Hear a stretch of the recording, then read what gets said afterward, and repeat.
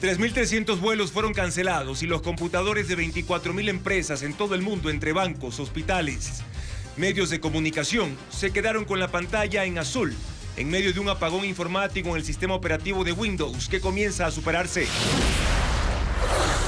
En Ecuador, solo 2 vuelos que iban a Estados Unidos resultaron afectados por la falla informática y no hubo perjuicios en otros negocios.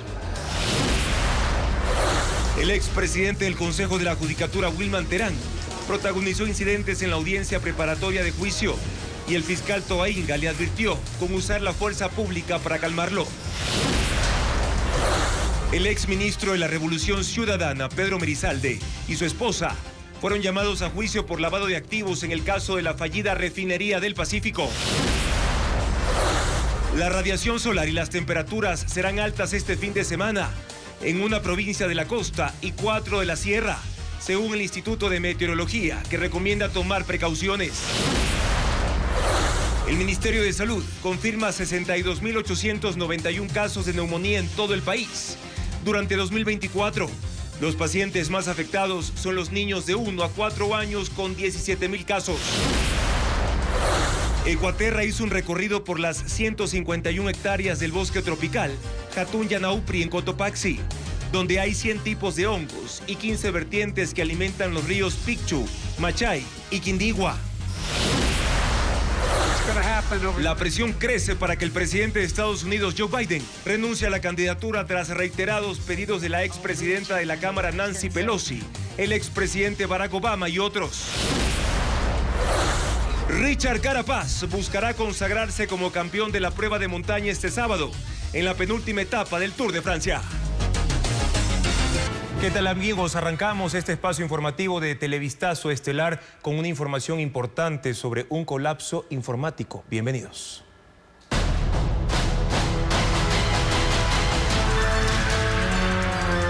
Mundo, se cayó el sistema.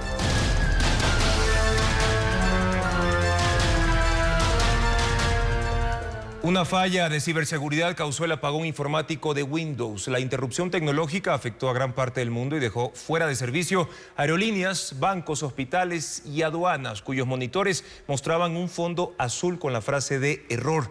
La empresa responsable ha dicho que trabaja para solucionarlo, informa Merlis González. Es la peor falla informática de la historia, según los expertos. Bancos, hospitales y empresas de todo tipo se paralizaron desde la noche del jueves cuando sus monitores se pusieron azules y mostraron un error. ¿Por qué? Pues una actualización de rutina de la empresa de ciberseguridad CrowdStrike salió mal. No era compatible con el sistema operativo de Windows y desató un apagón informático mundial. El caos fue generalizado. Donde se hizo más evidente fue en los aeropuertos. Ahí cientos de miles de personas quedaron varadas cuando se suspendió el tráfico aéreo. Los monitores que usualmente exponen el cronograma de vuelos mostraban un error de sistema y algunos recurrieron a pizarras para informar a los viajeros. En India, por ejemplo, tuvieron que entregar tarjetas de embarque escritas a mano. Según empresas de monitoreo aéreo, más de 3.300 vuelos fueron cancelados en todo el mundo este viernes. En Estados Unidos, la falla también se hizo evidente en los pasos fronterizos con México, donde las filas para que los vehículos pasaran fueron kilométricas, pues la revisión de documentos y de los autos tuvo que hacerse de forma manual. La falla informática también afectó los servicios de salud. Ahí se quedaron sin acceso al registro de pacientes, al sistema de citas y al cronograma de cirugías. CrowdStrike dijo que no fue un ataque cibernético y se ha responsabilizado por el apagón. Su director ejecutivo asegura que trabajan para restablecer el servicio de sus 24.000 clientes. Ya han avanzado en el proceso, pero el caos no cesa. 2 aerolíneas no pudieron despegar de Ecuador hacia los Estados Unidos por el fallo informático, mientras que uno de los principales bancos del país alertó sobre posibles problemas en sus servicios. Diego Puente con el reporte. La caída mundial por el antivirus CrowdStrike tuvo repercusiones en Ecuador. 2 vuelos con destino a Estados Unidos no pudieron salir de los aeropuertos de Quito y Guayaquil. Uno de los afectados fue el vuelo de United Airlines de las 5 de la mañana que cubre la ruta Quito-Houston. Debido a que los sistemas de la aerolínea al parecer sí fueron afectados por la caída informática, pues la aerolínea no pudo continuar con todos los procesos que tenía para el vuelo y decidió cancelar. En Guayaquil hubo un problema similar con el avión de American Airlines a las 5 horas con 30 minutos. Los pasajeros no pudieron hacer su chequeo a tiempo. El vuelo hacia Miami fue reprogramado a la 1 de la tarde. En este caso, pues se pueden aplicar diferentes medidas, como primero enviar a los pasajeros o proteger a los pasajeros a través de otros vuelos, de otras aerolíneas. Los pasajeros que pueden esperar para tomar el siguiente vuelo de esa compañía, pues también se pueden acoger a esa posibilidad. Las empresas concesionarias de ambos aeropuertos indicaron que sus sistemas no fallaron. Otros servicios que usan el sistema CrowdStrike en Ecuador no resultaron afectados. La Asociación de Bancos del Ecuador realizó un monitoreo de las instituciones financieras. Uno de los más importantes bancos del país alertó la posibilidad de interrupciones de este día en sus servicios, por lo que recomendó usar canales digitales. Wilman Terán volvió a provocar incidentes en la audiencia del caso Independencia Judicial. Interrumpió a gritos al juez Julio Inga y el fiscal protestó por la falta de respeto. Jacqueline Rodas está en la Corte Nacional para ampliar esta información. Adelante, Jackie. Sí, Juan Carlos, el caso Independencia Judicial se ha caracterizado por continuos diferimientos de incidentes provocados por el procesado Wilman Terán y hoy volvió a ocurrir. Se supone que en esta audiencia en inicio debía escucharse el dictamen fiscal por parte de Wilson Toainga. Sin embargo, cuando el juez pretendía hacer esto, Wilman Terán se levantó de la silla y empezó a gritarle al juez exigiéndole que le permita exponer un recurso de habeas corpus. Intentó controlarle varias veces el juez, no se pudo y en medio del caos él pidió que salgamos las cámaras de televisión y los fotógrafos para no registrar lo que fue el incidente central. No pudimos grabarlo, pero sí les podemos relatar lo que ocurrió después. Wilman Terán seguía gritando, dio las espaldas al juez, cruzó por toda la sala de audiencias para gritar también a un grupo de policías que estaban en el público, a quienes les acusó de hostigar a sus familiares. También tuvo el secretario de la sala que cruzar hacia el público donde estaba Wilman Terán. El padre de Wilman Terán levantó la cinta que divide al público de la sala de audiencias y el secretario advirtió a la familia de Terán que no se puede grabar la audiencia. Siguieron los gritos y también lo que ocurrió es que el fiscal Wilson Toainga pidió la palabra y le dijo al juez Julio Inga que no le pueden faltar al respeto. Le fue enfático en decirle que ningún procesado le puede faltar al respeto al juez y le recordó que él tiene el poder de usar a la fuerza pública para controlar la audiencia. Sin embargo, hay que decir que se le fue de las manos la diligencia al juez Julio Inga, no llamó la atención a Wilman Terán y más bien se dio a sus pretensiones y le permitió que exponga un recurso de habeas corpus en medio de una audiencia preparatoria de juicio en la que debía darse el dictamen fiscal que hay que decir hasta este momento no empieza. Aquí llegó también una ambulancia hace unos minutos porque Wilman Terán dijo que se siente mal, que le tiembla la pierna. Hubo paramédicos que subieron en este momento a la sala y aún no hay dictamen fiscal. Vamos a mostrarles una parte que pudimos grabar antes de que el juez nos saque y antes del incidente central. Señor juez, necesito interponer una acción de habeas corpus. Al amanecer hoy botaron gas dentro de la roca, me asfixiaron. Luego de esa asfixia, tengo en el presente, estoy con dolencias. Si lo muevo elocuentemente, me duele el corazón, me duele el brazo. No voy a parar su audiencia, no soy ningún cobarde. Ya te he escuchado, doctor. A ver, déjeme responder lo que... ¿Me va a permitir deducir habeas corpus? Los derechos exigen de mí. A ver, doctor Terán, por favor, tenga la bondad, quedamos en que... Les suplico, señoría, tendré la bondad y mi bondad con súplica. Doctor, verá, ya se le ha escuchado. Esta audiencia... No se lo he escuchado. No mienta, señor juez. Escúcheme mi habeas corpus. Grábelo, es oral. Un momentito. El juez Julio Inga dio 10 minutos, sin embargo ya ha pasado una hora y no empieza el dictamen fiscal acusatorio que debe exponer el fiscal general subrogante Wilson Toainga. La ambulancia sigue aquí, los paramédicos lo siguen revisando y no conocemos al final si es que esta audiencia va a poder darse o no. El exministro del correísmo Pedro Merizalde fue llamado a juicio acusado de lavado de activos. Un juez anticorrupción ordenó su presentación periódica y que sus cuentas bancarias sean congeladas. Paul Romero con el informe. El exministro de Energía y Minas Pedro Merizalde y su esposa Soa Torres fueron llamados a juicio como coautores del delito de lavado de activos. Este viernes un juez anticorrupción ratificó las medidas cautelares en su contra, entre ellas la presentación de 2 días a la semana, prohibición de salida del país, incautación de bienes y congelamiento de cuentas bancarias por $3 millones. En los 3 días de audiencia, la Fiscalía presentó 183 pruebas para el dictamen acusatorio contra Merizalde, uno de los funcionarios más influyentes del área energética y petrolera en el gobierno de Rafael Correa. Según la Fiscalía, Merizalde y su esposa recibieron transferencias por aproximadamente $1 millón de la empresa Odebrecht por adjudicar el contrato de $230 millones para aplanar el terreno de la refinería del Pacífico. Esto cuando fue gerente de ese proyecto que nunca se concretó. Mientras ocupó el cargo en 2013, constituyó en Panamá por intermedio del estudio jurídico Mossack Fonseca la compañía Organ Investment Inc., de la que es único beneficiario, y abrió una cuenta en Suiza, según la Fiscalía, para recibir las coimas de la empresa brasileña. Además, abrió otra cuenta conjunta con su esposa en Estados Unidos para realizar operaciones bancarias e ingresar el dinero al sistema financiero nacional para la adquisición de bienes. La Fiscalía presentó en la audiencia información de asistencias penales internacionales de Suiza, Estados Unidos y Panamá.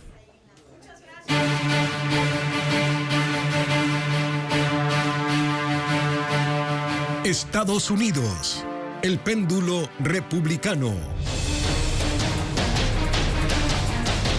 El Partido Demócrata frena el plan de nominar por adelantado a Joe Biden, quien enfrenta una creciente presión para que abandone la contienda. Medios estadounidenses reportan que estaría considerando retirarse este fin de semana, aunque el equipo de la Casa Blanca insiste en que seguirá buscando la reelección. Informa Ileana Suárez. Es una de las peores crisis dentro del Partido Demócrata. Ya son 20 los legisladores de la Cámara de Representantes que piden públicamente que el presidente Joe Biden abandone la campaña de reelección, además de figuras prominentes de la escena política, como la expresidenta de la Cámara Baja, Nancy Pelosi, el líder de la mayoría del Senado, Chuck Schumer, y el exmandatario Barack Obama. La campaña de Biden está en pausa debido a una infección por COVID-19, pero su equipo de la Casa Blanca sigue trabajando para la oficialización de su candidatura, asegurando que más de 4,000 delegados podrían nominar a Biden a través de una elección virtual. Sin embargo, el Comité Nacional Demócrata afirma que la nominación de Biden no será adelantada y se hará en la Convención de Chicago del 7 de agosto, aunque por ahora no hay nada seguro. Medios estadounidenses como The Washington Post y The New York Times citan fuentes anónimas del partido que piden un reemplazo para Biden, convencidos de que su imagen está muy deteriorada frente a la de Donald Trump, y hablan de su posible retiro tan pronto como este fin de semana. Mientras tanto, el expresidente Donald Trump aceptó formalmente la candidatura presidencial republicana. En su discurso de 92 minutos se mostró menos enérgico. Habló sobre migración, los juicios en su contra y enfatizó que Estados Unidos tendrá los mejores 4 años de su historia si gana las elecciones en noviembre.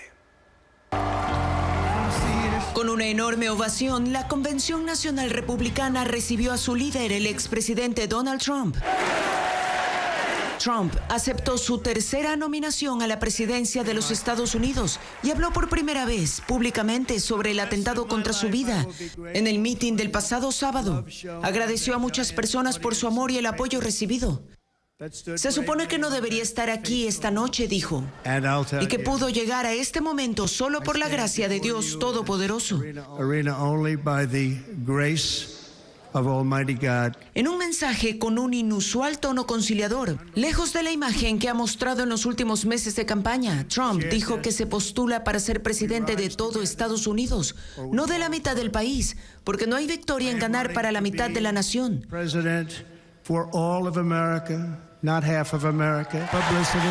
Pero no fue tan bondadoso con su rival. Dijo que al sumar los 10 peores presidentes de la historia de los Estados Unidos, no han hecho el daño que ha hecho Joe Biden a la nación, e insistió en que el país no tuvo inflación durante su presidencia. Recalcó que existe una cacería de brujas en su contra, citando el fallo a su favor de la jueza de Florida, que desestimó el caso de documentos clasificados. Cuando habló de inmigración, mostró un cuadro con cifras de ingresos ilegales por la frontera sur. El mismo que usó el día del atentado y que, según dijo, le salvó la vida. Pues al mirar el gráfico, la bala no le dio en la cabeza. Trump insiste en que hay una invasión de migrantes que provienen de prisiones, cárceles e instituciones mentales de otros países. Y también aseguró que han entrado terroristas, aunque en el discurso no presentó pruebas para sustentar todo esto. Este fue el gran final de la convención y se espera que junto con su vicepresidenciable J.D. Vance continúe su campaña con un evento el sábado en Michigan. Y aparece más información sobre Thomas Matthew Crooks, autor del atentado contra Donald Trump la tarde del sábado anterior. Según información proporcionada por los investigadores a la cadena de noticias CNN, Crooks buscó en Internet información sobre el uso de explosivos y estudió los perfiles de otros autores de tiroteos masivos. Además, la cadena CBS reveló que el padre de Crooks llamó a la policía antes del atentado para alertar que notaba comportamientos extraños en su hijo y que no conocía de su paradero. Sin embargo, no está claro cuánto antes del tiroteo ocurrió esto y por qué las autoridades estadounidenses no actuaron. Más de 62.000 casos de neumonía se registran a escala nacional. Los más afectados son los niños. Los hospitales ahora ven con preocupación el aumento de esta y otras afecciones respiratorias, como lo informa Bessie Granja. Las bajas temperaturas que se experimentan en varias zonas del país contribuyen al incremento de las enfermedades respiratorias. Cifras del Ministerio de Salud detallan que en 2024 a escala nacional se registran 62.891 casos de neumonía. Los pacientes más afectados son los niños de 1 a 4 años con 17.000 casos. Luego le siguen los mayores de 65 años con 13.000. Y los síntomas de que el paciente tiene neumonía y que necesita acudir a un hospital es cuando tengan dificultad para respirar. Su respiración agitada, respiran más rápido de lo que habitualmente respiran, se les hunde la costillita, el abdomen, se abren las alas de la nariz.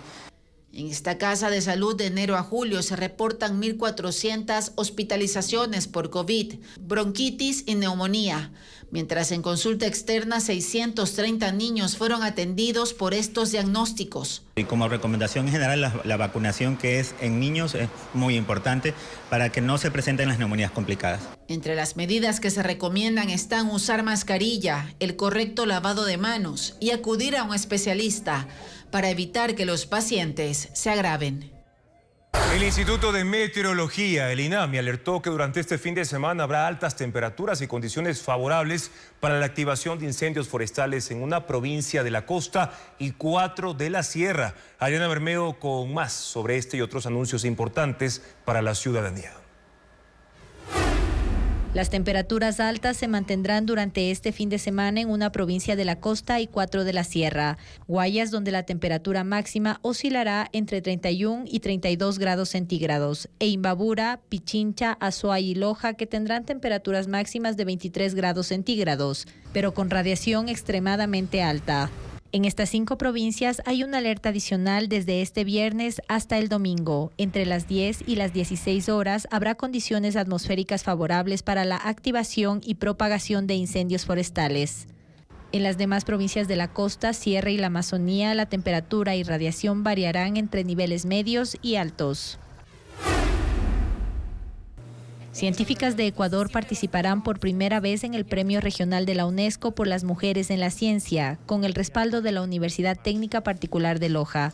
Las inscripciones estarán abiertas hasta el 15 de agosto en la página web forwomeninscience.com en la opción Descubrir el programa y participar. Las candidatas deberán detallar su trayectoria profesional e indicar los proyectos científicos de los que son parte. Se seleccionará a una científica destacada por cada país y se le entregará $10,000 para financiar proyectos de investigación en curso o futuros. Los docentes que pertenecen al sistema de educación público pueden acceder a la carnetización digital en la página web del Ministerio de Educación. Es un documento que se descarga en el celular y al presentarlo obtiene beneficios académicos como descuentos de hasta el 75% en 14 universidades nacionales y extranjeras. y también rebajas en supermercados, farmacias, papelerías y restaurantes. El proceso de alquiler de una barcaza de generación eléctrica derivó en una denuncia contra el ministro Roberto Luque y el gerente de Select por tráfico de influencias. Luque rechazó la acusación y anunció que pedirá una auditoría de la Contraloría. Luisa María Heredia con el informe. Roberto Luque, ministro de Obras Públicas y quien tuvo a su cargo la cartera de Energía, y Fabián Calero, gerente subrogante de la Corporación de Electricidad Select, fueron denunciados ante la Fiscalía. El ciudadano Marlon Pasquel presentó una acusación en su contra este jueves por presunto tráfico de influencias en el proceso de contratación de una barcaza de generación eléctrica para Ecuador. Asegura que no se realizó el procedimiento legal correspondiente, ya que el barco generador que le pertenece a la compañía Car Power Ship zarpó de Turquía con destino al país en junio, antes de que se lanzara el concurso público. Luque en rueda de prensa se defendió. Explicó que pese a que se declaró en emergencia el sector eléctrico, lo que permitía la contratación directa de generación eléctrica, el gobierno prefirió configurar las bases de licitación del alquiler de una barcaza con el único requisito de tener un sistema de anclaje propio, para no tener que construir uno que costaría entre 4 y 6 millones de dólares y tomaría entre 6 y 8 meses. Se presentaron dos ofertas, una de ellas con sistema propio de anclaje, nueva y alquiler. Otra, sin sistema de anclaje, del año 1971 y a la venta, siendo la primera opción la mejor de ellas. Teniendo conocimiento ya de estas dos ofertas, el oferente hizo llegar información de que había emprendido viaje uno de los barcos generadores hacia América. Acotó que antes se descartaron incluso otras opciones. Yo incluso viajé a República Dominicana a ver otra barcaza para compra que no fue posible por la cantidad de contratos, por el sistema de atraque que había que implementar, por el contrato de operación y mantenimiento y por la compra misma, que era un problema. El ministro dijo que pedirá a la Contraloría que ejecute un examen especial al contrato, que ya está adjudicado pero aún no se ha firmado. Se prevé que se concretará la próxima semana luego de que el oferente presente todas las garantías. El costo del alquiler del barco generador asciende a 115 millones. Pasquel, quien fue candidato a la alcaldía de Quito, en mayo presentó también una denuncia ante el Tribunal Contencioso Electoral contra el presidente Daniel Noboa por infracciones electorales. Lo acusó de hacer campaña anticipada y en funciones por el sí en la consulta, proceso que aún está en trámite.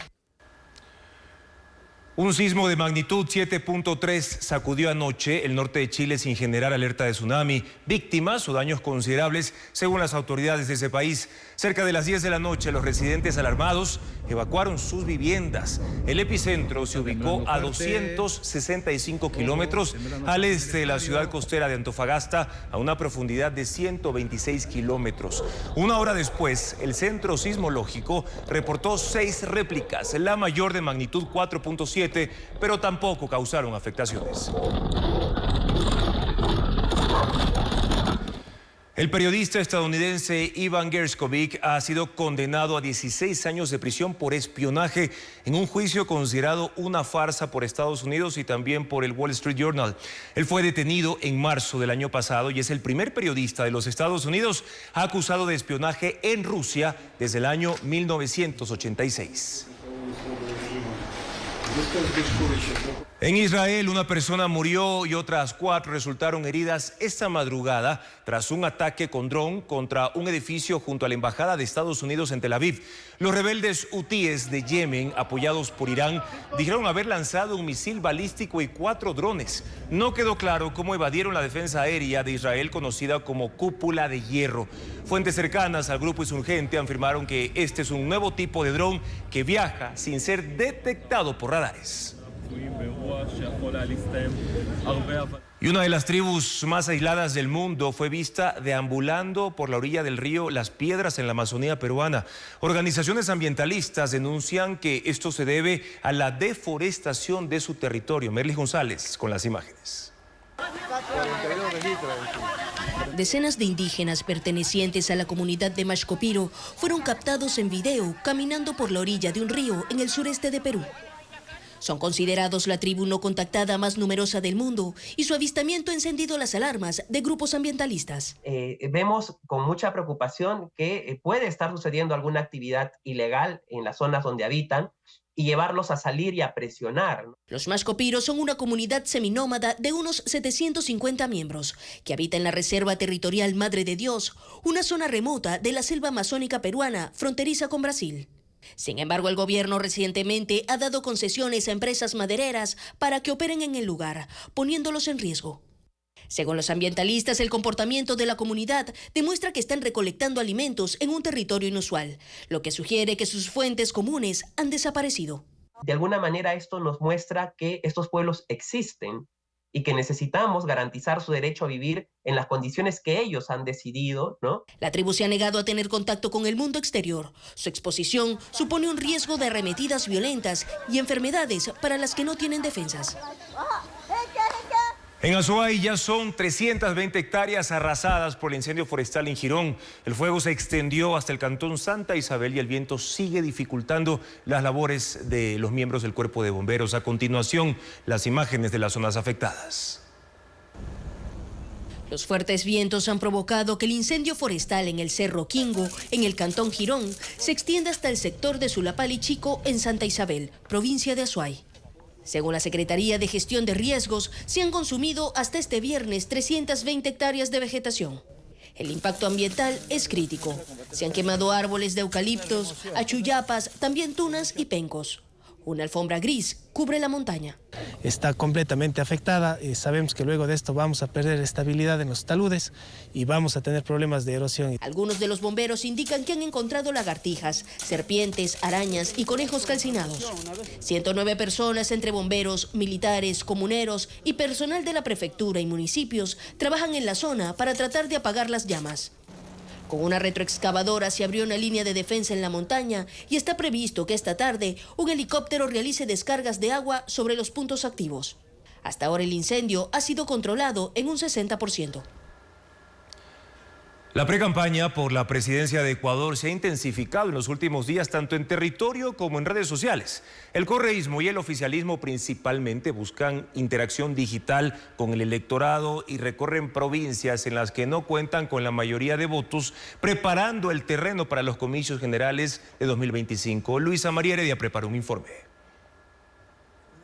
Antes del 5 de agosto, la Revolución Ciudadana definirá el candidato presidencial para las elecciones generales de 2025. El movimiento prepara una gran asamblea nacional para cumplir con el proceso democrático interno, que son las elecciones primarias, mientras no descuida la precampaña, por ahora enfocada en los recorridos en territorio, pero más aún en lo digital. La semana pasada, la agrupación política lanzó una aplicación para dispositivos móviles y esta semana planteó una encuesta en la red social X, que generó mucha interacción. Luisa González, que es una de las opcionadas para pelear por segunda vez consecutiva por el sillón de Carondelet, hizo la siguiente pregunta. ¿El encebollado se come con pan o con chifle? E incluyó en la dinámica a Abraham Verduga, otro de los mocionados, pero quien se podría convertir en su binomio. Hasta otro precandidato a la presidencia, Henry Cucalón, quien representa al movimiento Construye, terminó involucrado. También le dedicó un posteo en la misma plataforma a este plato y aprovechó para lanzarle indirectas al correísmo. Del lado del oficialismo, los TikToks continúan. El presidente aspirante a la reelección, Daniel Noboa, comunica lo que denomina como logros de su gestión, con videos que siguen ese formato. Además, ha intensificado su agenda pública y le ha puesto énfasis especialmente a dos provincias, Guayas y Manabí, donde no ganó los comicios anteriores. Esta semana, por ejemplo, Daniel Noboa entregó 2 garantías soberanas en Manabí, becas, bonos y créditos en Guayas. Incluso los 2 centros de operaciones para combatir la inseguridad están, uno en Durán y otro en Manta.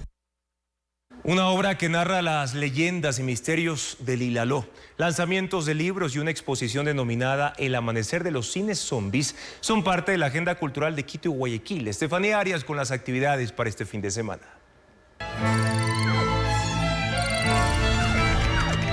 Será un concierto con obras del compositor y director de orquesta alemán Johann Sebastian Bach. La Casa de la Música en Quito presenta un show de la Orquesta Barroca Bach Ecuador este domingo 21 a las 17 horas. Como bien decía mi compañero Ley. Una divertida obra que cuenta las leyendas y misterios del Ilaló. El grupo Mitoteca llega con el oro de Ilaló al Teatro Marco Pamba en Quito. La función será este sábado 20 a las 19 horas. Una exploración de la transformación de los cines antiguos de Guayaquil. Imágenes denominadas El amanecer de los cines zombies, del artista Juan Carlos Vargas, se exponen en el Museo Naim Isaías en Guayaquil. La muestra gratuita, curada por Libertad Hills, estará abierta hasta el 29 de septiembre, de lunes a sábado, de 9 de la mañana a 5 de la tarde. Un texto sobre la familia, la traición y la culpa. Los alemanes, del escritor Sergio del Molino, trata uno de los episodios más vergonzosos y menos pulgados de la historia de España. Cómo los nazis refugiados en Zaragoza, en un retiro dorado, activaron el neonazismo en Alemania. El escritor y periodista colombiano Alberto Linero presenta su libro Espiritualidad para Humanos, un texto que enseña sobre las experiencias espirituales capaces de unir a todas las personas. La obra invita al lector a analizar su vida. ¿Sabían que el cazador de lobos tuvo una hija? Salvando a su ciudad de los lobos, la Caperucita Roja deberá resolver el misterio de la desaparición de su padre, Wolfboy. En medio de este enfrentamiento encontrará su destino. La película, una adaptación de origen ruso, ya está en las carteleras del país. Una obra de danza contemporánea que explora la intersección entre el movimiento, el lenguaje de señas y la interacción multimedia. Objetivo Decir estará el sábado 20 en el Teatro Casa Zona Escena en Guayaquil a las 20 horas.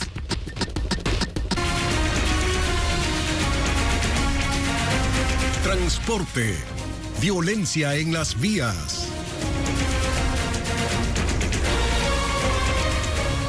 Cinco personas, entre ellas un niño de 5 años, fueron asesinadas en un bus interprovincial en Pueblo Viejo, Los Ríos, que cubría la ruta Guayaquil-Tulcán. Las víctimas eran miembros de una familia y, según la policía, fue un ataque dirigido. La masacre ocurrió a las 8 de la noche de este jueves a la altura del recinto La Aurora en la vía Pueblo Viejo Ventanas, provincia de Los Ríos. Según la policía, 3 hombres armados a bordo de 2 carros le cerraron el paso al bus 135 de la cooperativa San Cristóbal y dispararon al menos 4 veces. Una de las balas destruyó la ventana e impactó al conductor en la pierna. Luego, los criminales subieron al vehículo, observaron a cada pasajero y dispararon contra 6 de ellos. 5 murieron y 1 quedó herido. No se trata de un hecho de robo, sino ya es un hecho que va específicamente a determinadas personas. El bus atacado cubría la ruta Guayaquil-Tulcán. Las víctimas tomaron la unidad en la terminal de Babahoyo. Entre ellas están un niño de 5 años, su abuelo de 55 años y un hombre de 20, los 3 de nacionalidad venezolana. Los otros 2 fallecidos aún no han sido identificados. La madre del pequeño y el conductor del bus, que quedaron heridos, fueron trasladados a un hospital en Babahoyo. El paso vehicular en la vía fue bloqueado durante 20 minutos para el levantamiento de los cadáveres. Los pasajeros fueron reubicados en otra unidad de la misma cooperativa. Tras la masacre, la policía realizó un operativo en la parroquia San Juan en Pueblo Viejo y esta madrugada capturó a 2 sospechosos del múltiple crimen. Y esta masacre alarma nuevamente a los transportistas, quienes analizan radicalizar su protesta. Dicen que los operativos de militares y policías no son suficientes en las carreteras. Paul Romero con el informe. El asesinato de 5 personas en un bus interprovincial en la vía Babahoyo-San Juan, en la provincia de Los Ríos, echó gasolina a la relación del gobierno con los transportistas. Hoy amenazaron con radicalizar las protestas por la insostenible violencia criminal en las vías. Conductores y dueños de unidades cuestionaron al Ejecutivo por la falta de resultados de los operativos de control de la fuerza pública. El pasado martes, la Federación Nacional de Cooperativas de Transporte Público de Pasajeros del Ecuador, FENACOTIP, se retiró de la mesa de seguridad con los delegados del Ejecutivo porque asegura que los controles son insuficientes para frenar asesinatos, robos, extorsiones y secuestros a los transportistas y pasajeros. Hay presencia policial, hay presencia de los militares, pero resulta insuficiente o la estrategia o la falta de una política más contundente frente al tema. Esto es una situación que demandamos ahora sí de una forma más radical, diría yo. El próximo jueves 25 de julio, en la Asamblea Nacional de Transportistas que se realizará en Quito, decidirán si convocan a una paralización nacional de todas las federaciones que reúne a 278,000 agremiados. Desde el 11 de julio, el gobierno ordenó a la policía y a las Fuerzas Armadas que ejecuten operativos conjuntos de control y patrullaje las 24 horas en las vías consideradas más peligrosas del país. El gobierno no ha hecho comentario alguno sobre la advertencia. Se limita a decir que el diálogo se mantiene y el bloque de seguridad ratificó que 1.500 uniformados están movilizados en los ejes viales conflictivos de 7 provincias: Santo Domingo de los Áchilas, Los Ríos, Manabí, Guayas, Santa Elena, El Oro, Esmeraldas. Al menos 200,000 documentos de tránsito de 31 municipios fueron hallados en 3 bodegas de Durán y Guayaquil. Este decomiso le quitó a la mafia de tránsito $30 millones. Merlin Ochoa tiene más información.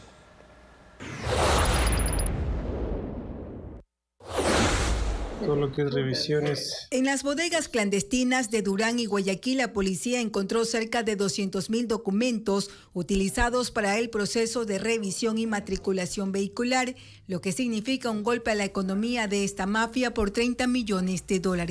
Los agentes indican que con estos papeles, las organizaciones buscaban legalizar vehículos robados para evadir el control policial o usarlos en secuestros, sicariatos, extorsiones y robos en el casco urbano. La información que maneja la Agencia Nacional de Tránsito reposa en el AXIS, que es un sistema informático que autoriza usuarios y claves a los cabildos que tienen la competencia de tránsito para poder ingresar y subir la información de los vehículos a la plataforma. Pero lo que sucede es que para tú hacer la parte ilegal también tienes que tener usuarios del Axis, y esos usuarios de Axis han estado prostituidos toda la vida. Nosotros hemos tenido un control del disminuir el número de usuarios, pero evidentemente hay que entregar ciertos usuarios del Axis a ciertas entidades que están dando. Además, encontraron 39 planillas metálicas para la revisión técnica vehicular, por lo que los agentes buscan establecer cuántos carros fueron matriculados de forma fraudulenta. También hallaron sellos de 31 gobiernos autónomos descentralizados, 9 de Manabí, 7 de Guayas, 5 de Pichincha, 2 de Chimborazo y 3 de Carchi. Además, 1 de Cotopaxi, Azuay, Napo, Los Ríos y Esmeraldas.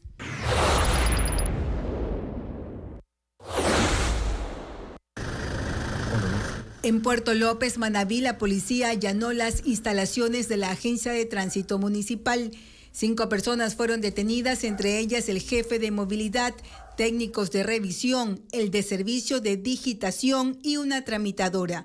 Se los acusa de matricular vehículos sin placas, de personas fallecidas o de divorciados, además de borrar cientos de multas de tránsito. La policía indicó que los detenidos son parte del grupo delictivo Los Choneros. Incluso uno de los capturados estuvo vinculado en una investigación por delincuencia organizada con alias Fito en el 2017 y mantiene contacto con su hijo. La investigación duró 4 meses y serán investigados por el delito de delincuencia organizada. Durante una intervención en una minera del cantón Ponce Enríquez, las Fuerzas Armadas se enfrentaron con miembros de los Lobos, mientras en Tobar Donoso hallaron un campamento de minería ilegal.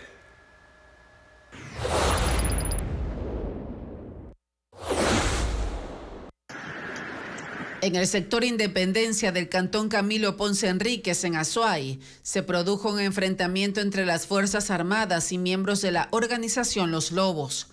Según las autoridades, no hubo detenciones porque los atacantes huyeron. En el sitio decomisaron armas de fuego, municiones, dinamita, droga, chalecos antibalas, un dron y uniformes similares a los de la Policía de Ecuador y del Ejército de Colombia. También documentos de identidad de ese país y gorras con distintivos de México.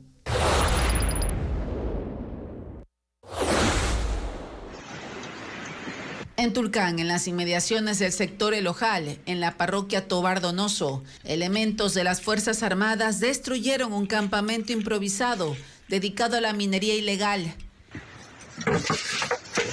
En el sitio encontraron explosivos, 350 metros de mecha lenta, un motor y herramientas. Los militares procesados por el femicidio de la subteniente Pamela Ati están desde anoche en la cárcel 4 de Quito. Sus abogados dicen que denunciarán un fraude procesal. Además, hoy la familia de la víctima reconoció su acusación particular, como lo explica Fabiola Santana.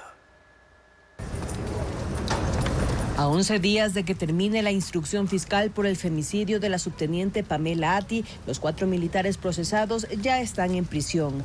Anoche llegaron a la unidad de flagrancia de Quito para su valoración médica. Y luego fueron trasladados a la cárcel 4, donde permanecerán hasta que exista una resolución. Los abogados de los uniformados anunciaron que pondrán una denuncia por fraude procesal, pues supuestamente se ocultó el acta de levantamiento del cadáver, que señala que la muerte aproximada de Ati fue a la 1 de la madrugada del 29 de junio, y no a la hora en que los oficiales la dejaron en su habitación. Sin embargo, eso no frenará las investigaciones por el femicidio. Este viernes, el padre de la víctima reconoció su acusación particular para ser parte activa del proceso. También se realizan los trámites para que él y su esposa ingresen al sistema de protección a víctimas y testigos. Lo que he pedido es justicia, que los hombres somos dueños de nuestros actos. Por nuestros actos nos premian o nos juzgan. La Fiscalía busca una sentencia para los responsables y una reparación integral para la familia de la víctima. En este caso, no se descarta que haya nuevas vinculaciones. La fiscal general del Estado, Diana Salazar, en entrevista con el canal digital Visionarias, respondió a las acusaciones del ex titular de la Judicatura, Wilman Terán, que fue absuelto del juicio político en la Asamblea Nacional. Ella indicó que las pruebas que sostienen los casos Metástasis, Plaga, Purga e Independencia Judicial son tan sólidas que no pueden sino terminar en condenas. Más detalles con Lenín Artieda. Contó que hizo un alto a sus vacaciones para aclarar las últimas imprecisiones y mentiras que se trata de posicionar por parte de los afectados por la labor de la Fiscalía. Empezó Diana Salazar diciendo por qué denunció a la asambleísta Gisela Garzón, quien participó en una reunión reservada del CAL donde se expuso información privada sobre el estado de su embarazo. Y que se llegue a determinar la responsabilidad de aquellas personas que le fueron a entregar la información al prófugo de la justicia, al sentenciado que ahora se encuentra refugiado en Bélgica, para que empiece a difamar y a hacer mofa sobre mi estado de salud y sobre todo el de mi familia. Decía además la fiscal que no entiende por qué hay tantos ataques en su contra y expuso que los casos que lidera son sólidos por las pruebas que los acompañan y no por quien los lleva. Son las mafias las que se podrían alegrar porque van a pensar que con la salida de Diana Salazar, con la posible no presencia de Diana Salazar en las salas de audiencia de la Corte Nacional de Justicia, van a tratar de generar impunidad. No son así, porque además los casos han sido organizados de forma responsable, que se van a sostener en el tiempo. Las pruebas son contundentes. En Wilman Terán se detuvo. Dijo que a él se lo procesa no por sus actuaciones como titular de la Judicatura, sino por sus vínculos con la delincuencia organizada y por tarifar sentencias. Y añadió que Terán no solo causa vergüenza en la Asamblea Nacional, sino también en los tribunales. Desacredita a sus abogados, que además es el padre, que no quiere defensoría pública, que él quiere estar presente, pudiendo estar conectado, que de hecho lo conectan desde el lugar de privación de la libertad, y hasta hace referencia a que la fiscalía le quiere ver muerto. O sea, esa es la calidad de comparecencias. Hizo además referencia a las presiones que dijo Terán haber recibido de la fiscalía para sentenciar al expresidente Rafael Correa. Diana Salazar lo desmiente. ¿Y por qué no denunció en su momento? ¿Por qué espera a ser privado de la libertad o a tener la palestra de la organización política a la que representa o que lo salvó para venir a decir lo que a ellos les conviene? Dijo también la fiscal que la bulla que se hace en otros casos no es nada más que eso, que por ejemplo contra Pablo Muentes existen pruebas contundentes. Por ejemplo, los audios que fueron encontrados en el teléfono de Mayra Salazar, dándole directrices Pablo Muentes para que publique cosas incluso de intimidación o de amenazas de muerte en contra de uno de los abogados del Banco del Pacífico, también son un invento entonces, la voz del señor Pablo Muentes, que eso en el expediente ya está ratificado que le pertenece a él. Además señaló que la investigación para determinar a los autores intelectuales del asesinato de Fernando Villavicencio continúa. Reconoció que es una deuda que se tiene como país y como fiscalía. La Corte Constitucional dejó sin efecto las sentencias que se dictaron a favor de la acción de protección con las que Wilman Terán quiso conseguir un presupuesto de más de 200 millones de dólares cuando fue presidente de la Judicatura. Fabiola Santana reporta que habrá consecuencias para los jueces. Wilman Terán sufrió un nuevo revés. La Corte Constitucional dejó sin efecto las sentencias a favor de la acción de protección con la que pretendió que el Ministerio de Finanzas asigne 265.6 millones de dólares al Consejo de la Judicatura cuando fue presidente. La sentencia del juez Enrique Herrería señala que la acción de protección es para amparar derechos constitucionales. La garantía activada no debió ser utilizada para alterar el presupuesto general del Estado, pretendiendo reducir fondos públicos en favor del Consejo de la Judicatura. Esas sentencias suponen una injerencia directa en atribuciones exclusivas de otros poderes del Estado, por lo que resolvió dejar sin efecto las sentencias impugnadas por afectar el derecho a la seguridad jurídica. El magistrado declaró que los jueces de la Sala de lo Penal de la Corte de Justicia de Pichincha incurrieron en error inexcusable. Por eso ordenó al Consejo de la Judicatura para que abra el proceso disciplinario en su contra. Ellos son José Jiménez, Mónica Bravo y Miguel Ángel Narváez. La acción extraordinaria de inconstitucionalidad fue interpuesta por el Ministerio de Finanzas en octubre del año pasado, después de que la Sala de la Corte de Pichincha aceptó parcialmente a Terán un recurso de apelación y ordenó a la presidencia por medio del Ministerio de Economía que en un plazo de 15 días consigne la parte de presupuesto considerado como déficit del gasto corriente. Antes, una jueza había ordenado realizar una mesa técnica para determinar los proyectos prioritarios. Ahora la Corte Constitucional dejó sin efecto esas sentencias y sienta jurisprudencia. Y luego de los incidentes que provocó el procesado Wilman Terán en la audiencia, volvemos a la Corte Nacional en el norte de Quito para saber si finalmente pudo instalarse. Jacqueline Rodas continúa en ese punto y ahora Jackie nos vas a actualizar la información. Adelante. Sí, Juan Carlos, ya se superaron estos incidentes en los que el procesado Wilman Terán gritó al juez Julio Inga a un grupo de policías y hubo el reclamo por parte del fiscal general subrogante Wilson Toainga. Ya se superó, vino emergencia médica, acá hubo una ambulancia para revisar al procesado Terán, quien luego de exigir que le permitan presentar de forma oral un habeas corpus, dijo que se sentía mal, que estaba temblando. Sin embargo, los paramédicos luego de revisarlo dijeron que él está estable, que se encuentra bien, le medicaron únicamente paracetamol y con 2 horas y media de retraso en este momento el fiscal Toainga ya está emitiendo su dictamen acusatorio. Ha acusado a Wilman Terán, expresidente del Consejo de la Judicatura, y a la vocal Maribel Barreno como autores del delito de obstrucción a la justicia y a 9 personas más como cómplices de este delito. Este caso, recordemos, se llama independencia judicial y tiene que ver con la destitución ilegal del juez de la Corte Nacional, Macías, a quien intentaban, según la teoría fiscal, sacar de los casos vocales en el que estaba inmersa la vocal Barreno y también del caso Las Torres, en el que es procesado el ex contralor Pablo Celi. En este momento ha empezado ya, como les decimos, el dictamen fiscal. Sabemos que más o menos el doctor Toainga se tomará unas 3 horas. Luego vendrán las intervenciones de los 11 procesados. No conocemos si esto será continuo durante toda la madrugada o si tendrá en algún momento una suspensión para retomarse mañana sábado. Nosotros seguimos pendientes de esta cobertura. Gracias, Jackie, por la actualización de esta información desde la Corte Nacional de Justicia.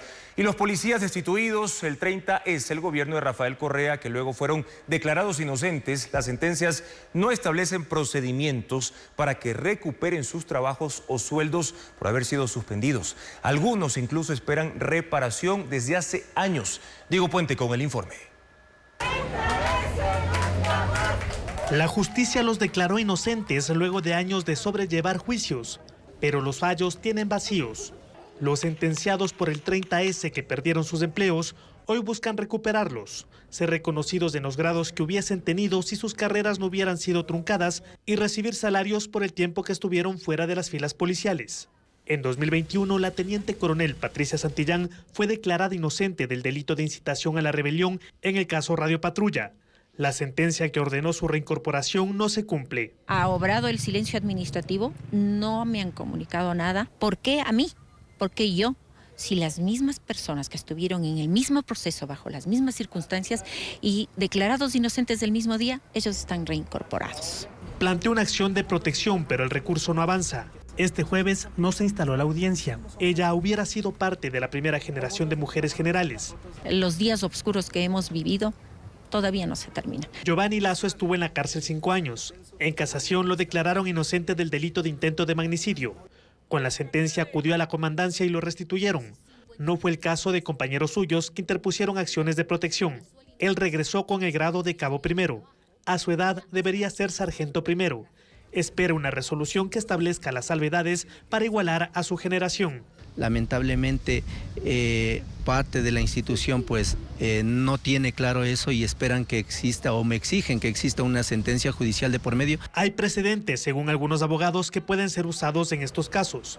Una resolución del 2017 obligó a la Marina a dar un grado honorífico a un uniformado que fue separado sin justificación. Que salió hace poco por Corte Constitucional en una situación similar, que el funcionario, esta persona de la Escuela Naval, fue desvinculada durante 11 años. Los afectados buscan recibir las remuneraciones desde que fueron separados de la institución, pero para esto no existe un procedimiento, tampoco recursos.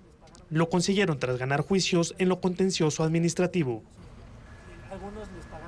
5.000 ciudadanos de 9 barrios del norte de Tena, en la Amazonía, participan en una minga contra el dengue. Elizabeth Quesada resume esta jornada. Con escobas, palas y bolsas de basura en mano, desde las 8 de la mañana de hoy, familias en 9 barrios de Tena y Napo empezaron a sacar llantas y recipientes acumulados en sus casas, a limpiar la maleza de sus patios y a eliminar puntos de agua estancada. Eran parte de la minga Todos contra el Dengue. Y mientras ellos limpiaban, 3 retroexcavadoras drenaban cunetas y 3 volquetas recogían los desechos. Tenemos un drenaje, pero está acumulado. Entonces vamos a limpiar todo el monte y después a sacar con la pala. Toda la maquinaria institucional, el equipo caminero está trabajando en la parte pública. Estamos ingresando a los hogares para que los ciudadanos también hagan conciencia de que esta lucha no solo es de la municipalidad, del Ministerio de Salud Pública, sino también de cada uno de los ciudadanos. Con el objetivo de evitar el desarrollo de los huevos del Aedes aegypti, un grupo de abatización del Ministerio de Salud se distribuyó por cuadras para colocar larvicidas en cisternas, tanques de agua y otros reservorios dentro de las viviendas. Mientras un equipo vectorial fumigó 15 casas donde habitan personas con casos positivos de dengue. Que hay muchos zancudos, estaba hospitalizada 8 días y recién me estoy recuperando. De acuerdo al Ministerio de Salud, en lo que va de este año, se han registrado 1.602 contagios de dengue en Tena, la ciudad más afectada de la provincia de Napo. La cerveza artesanal ecuatoriana destaca entre las 700 muestras internacionales que compiten en la Copa Mitad del Mundo, pero ¿qué la caracteriza y cuál es su valor agregado? Valeria Navarro tiene las respuestas en el siguiente reportaje.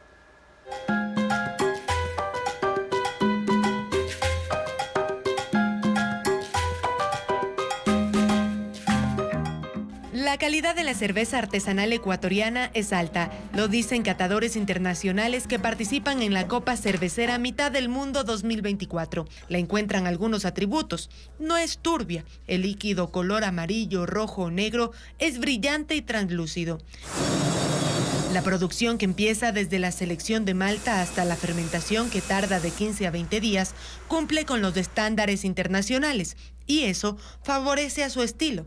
Hay 137 tipos, lo que le permite tener variedad y no un sabor estándar como la cerveza industrial. La calidad del agua también suma a la bebida. El tratamiento no es invasivo, se utilizan pocos productos para su filtración.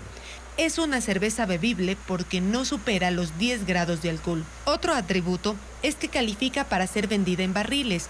Así puede ser consumida en un mes, mientras que las latas o botellas son pasteurizadas para que la bebida pueda durar hasta un año.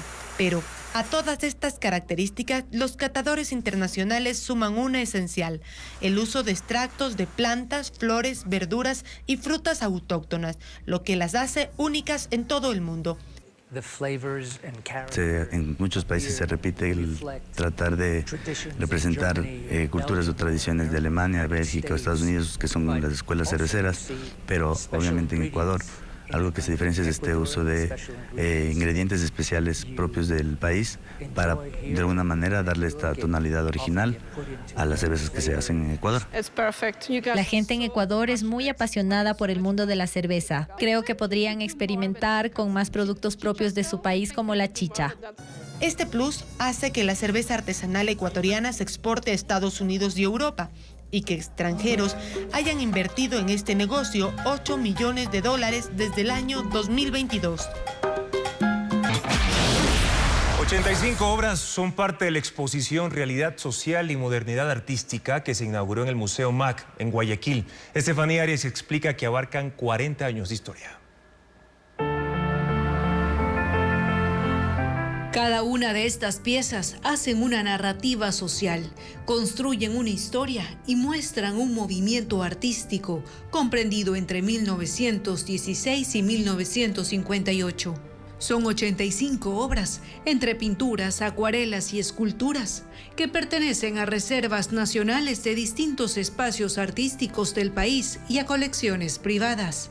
La exposición, denominada Realidad Social y Modernidad Artística, se inauguró en el Museo Antropológico y de Arte Contemporáneo, MAC, en Guayaquil, curada por Trinidad Pérez. Kingman, ¿no es cierto? Pero luego tenemos a Alba Calderón, por ejemplo. Tenemos también a otras mujeres, voy a mencionar a las mujeres como Germania Pazimiño, Piedad Paredes.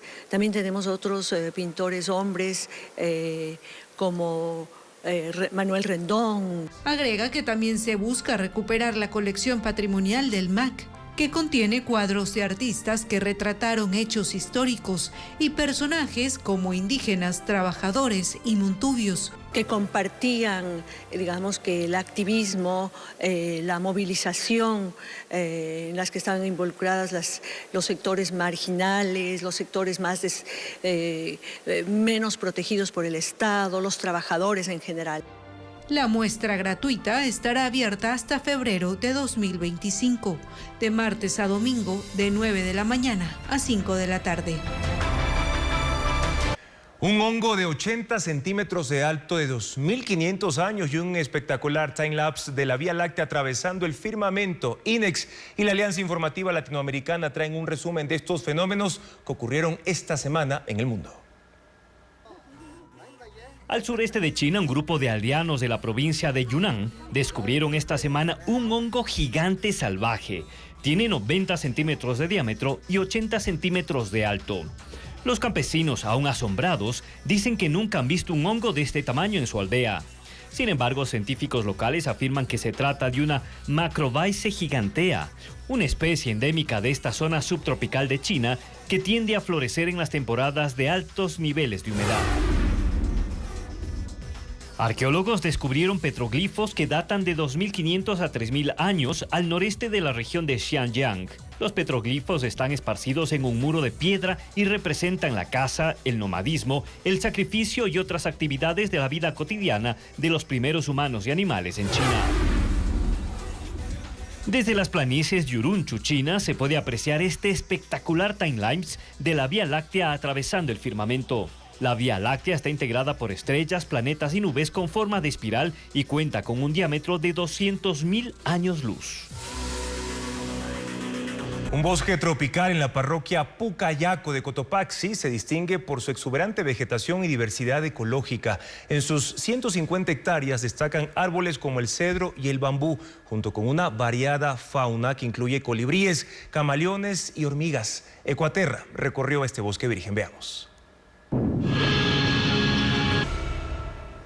Para este sábado, el INAMI pronostica una radiación ultravioleta extremadamente alta en Pichincha y muy alta en Imbabura, Cotopaxi, Bolívar y Loja, pero también en la costa, principalmente en provincias como Guayas y Santa Elena.